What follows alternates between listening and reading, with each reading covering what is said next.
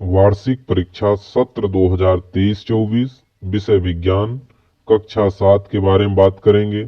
बहुत ही महत्वपूर्ण प्रश्न है, इनको ध्यान से देखिएगा।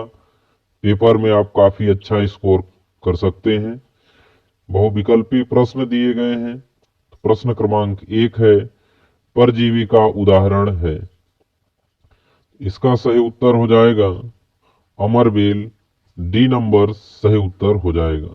आप लोगों के मन में ये भी डाउट होगा कि पूरे आंसर्स हम क्यों नहीं बताते, क्योंकि वीडियो ज्यादा लंबी हो जाएगी, इसलिए हम कम से कम पासिंग मार्क के प्रश्न को हम हल करके स्वयं आपको बताते हैं। अगला है प्रश्न क्रमांक 2, चीरने एवं फाड़ने वाले दांत कहलाते हैं। इसका सही उत्तर हो जाएगा ए नंबर रदनक। अगला प्रश्न है प्रश्न क्रमांक 3। प्रश्न क्रमांक 3 के बारे में बात करेंगे। बोला गया है, मूलों द्वारा जल के अवशोषण की दर को बढ़ाया जा सकता है।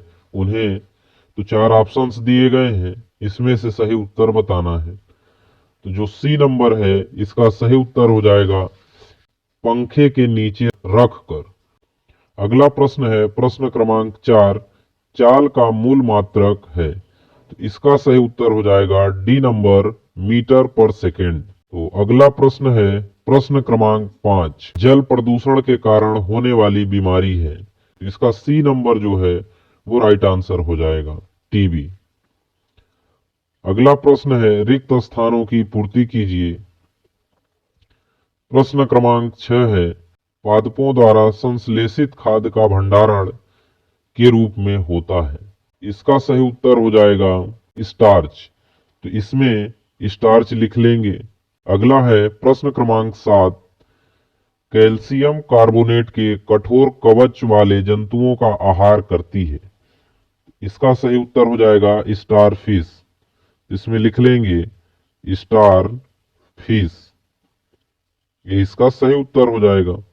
अगला है प्रश्न क्रमांक 8, डॉक्टरी थर्मामीटर के बल्ब में धातु का उपयोग किया जाता है। थर्मामीटर में एक बल्ब लगा होता है जो पारा धातु का उपयोग करके बनाया जाता है, इसमें पारा भर लेंगे। अगला है प्रश्न क्रमांक 9, रोगाणुओं के खिलाफ लड़कर लोगों को ठीक करने का काम कणिकाओं का है।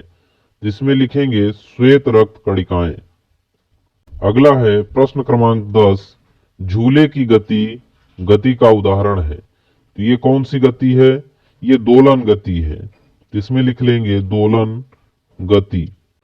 इसी तरह से अगले प्रश्नों को देखेंगे। प्रश्न क्रमांक 11, प्रकाश संश्लेषण किसे कहते हैं?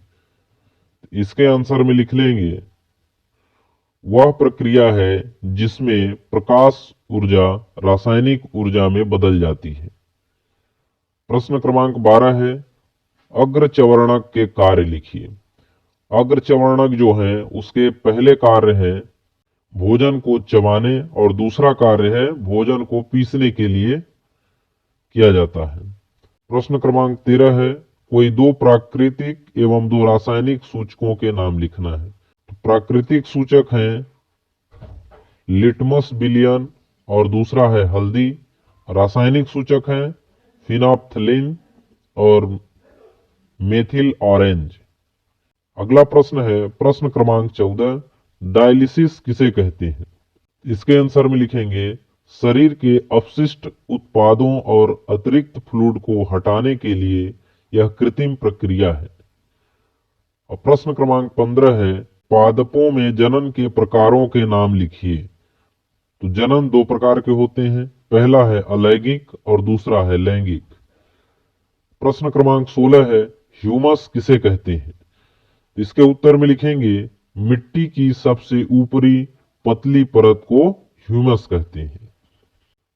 बाकी के भी प्रश्न दिए गए हैं, इनके उत्तर आप स्वयं ढूंढ कर लिखिएगा और इन सभी प्रश्नों को पढ़कर जाइए तो आप काफी अच्छा स्कोर कर पाएंगे।